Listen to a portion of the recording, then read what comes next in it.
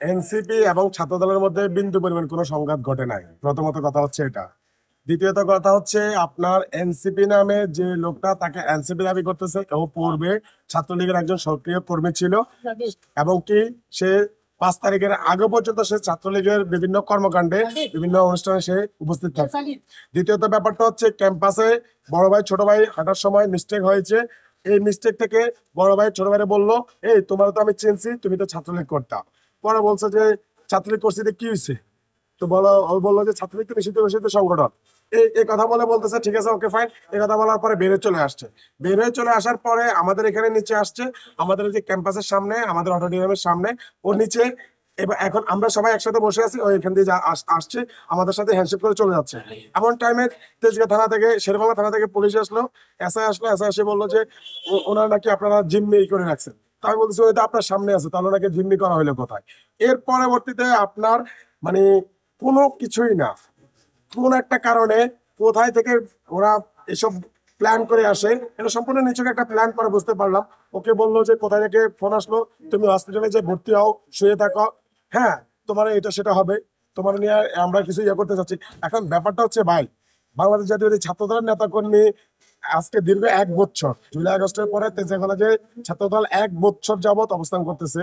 আমরা এই 1 বছরে তেজগাঁ কলেজে বিন্দু পরিমাণ কোনো একটা অনাকাঙ্ক্ষিত ঘটনা ঘটে নাই, এরকম কোনো প্রমাণ কেউ দিতে পারবে না। আপনার আজকে যে ব্যাপারটা, এটা সম্পূর্ণ নিছক একটা ছোট্ট একটা দুর্ঘটনা, এটাকে এত বড় করে হাইলাইটস করে এটার জন্য এভাবে সংবাদ সম্মেলন চলতেছে, এটা নাকি সংবাদ সম্মেলন করা হবে, এটার জন্য বিক্ষোভ করা হবে বা এরকম আহামরি কোনো কিছু আমাদের ক্যাম্পাসে হয় নাই।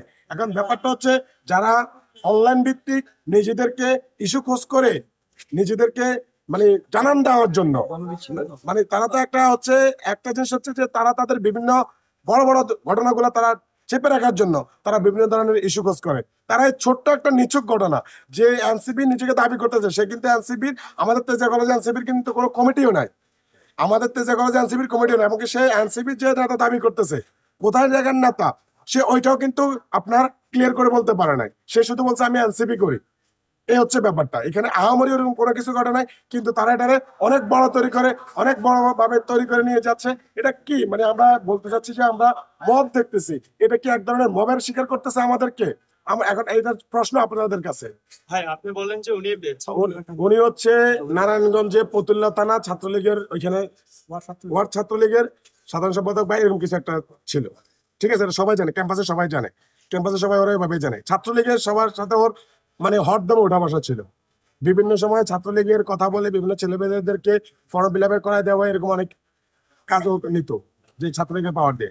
আচ্ছা, দ্বিতীয়ত ব্যাপারটা হচ্ছে ওই এনসিপির যে কথাটা বলছে, এনসিপি তেজগাঁ কলেজে এনসিপির কোনো কমিটি নাই। আমাদের তেজগাঁ কলেজে এনসিপির কমিটির কথা বলতেছে তেজগাঁতে, ও বলতেছে এনসিপির কথা বলতেছে তেজগাঁ থানাতে, কিন্তু তেজগাঁ থানাতে ও এনসিপির কোন পোস্টে আছে ওইটাও উল্লেখ করতে পারে নাই।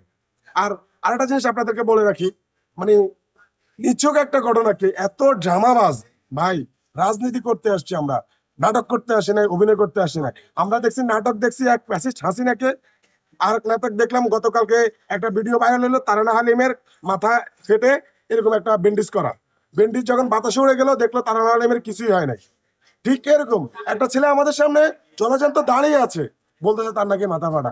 কোথায় মাথা ফাটলো, কোথায় কি হলো ভাই কিচ্ছু জানি না ভাই। এখন আমাদেরকে মব সৃষ্টি, এটা ভাই কোন ধরনের মবের মধ্যে আমাদেরকে ফেলে দিচ্ছে ভাই? বাংলাদেশ জাতীয়তাবাদী ছাত্রদল এত মানে এত ঠুনকা একটা সংগঠন না যেটাকে আপনি সামান্য এরকম মব দিয়ে দমিয়ে রাখবেন। ভাই বাংলাদেশ জাতীয়বাদী ছাত্রদল ছাড় দেওয়ার রাজনীতি করে। 3 তারিখে আমরা শহীদ মিনারে প্রোগ্রাম করার কথা ছিল আমাদের, আমরা ওইখান থেকে অনুমতি পাইছিলাম, কিন্তু বাংলাদেশ জাতীয়তাবাদী ছাত্রদল তাদের প্রতি, তারা যখন আমাদের কাছে রিকোয়েস্ট করছে, তাদের রিকোয়েস্টের প্রায়োরিটি দিয়ে আমরা শহীদ মিনার ছেড়ে আমরা শাহবাগে চলে আসছিলাম। আমরা উদারপন্থী রাজনীতি, উদার রাজনীতি চিন্তা ভাবনা করি ভাই, আমাদেরকে কেন এভাবে বারবার এভাবে আমাদেরকে বিভিন্ন মবের সৃষ্টিতে আমরা পড়ে যাচ্ছি? তা পাঠানো তো এরকম বিন্দু পরিমাণ কোনো প্রশ্নই আসে না। আপনার আপনার এখানে তেজগাঁ থানা, শেরেবাংলা থানার পুলিশ এসআই বড় ভাই নাম ভুলে গেছে, উনি নিজে ছিল এবং কি উনি নিজে দেখছে, ও দিব্যি হেঁটে যাচ্ছে, ও আমাদের সাথে চা খেতে যাওয়ার কথা, মানে আমরা একসাথে বসে জিনিসটা শেষ যাওয়ার হয়েছে ক্যাম্পাসের মধ্যে, বলছি ক্যাম্পাসের মধ্যে আমরা, যেহেতু তুমি আগে ছাত্রলীগ করতে, এখন তুমি এনসিপি করো, ওকে ফাইন এনসিপি করো, ক্রিয়াশীল ছাত্র সংগঠনের মধ্যে আসো, একসাথে বসে চা খাইতেছি, যাওয়ার জন্য যাচ্ছিলাম। এমন সময় পুলিশ আসলো, এসে বলতেছে ভাই আপনারা নাকি এনসিপির নেতাদেরকে জিম্মি করে রাখছেন। বললাম এই যে আপনার সামনে এখানে জিম্মি কোথায়? আর মাথা পাটা, এটা তো সম্পূর্ণ ন্যায্য একটা মিথ্যা কথা ভাই।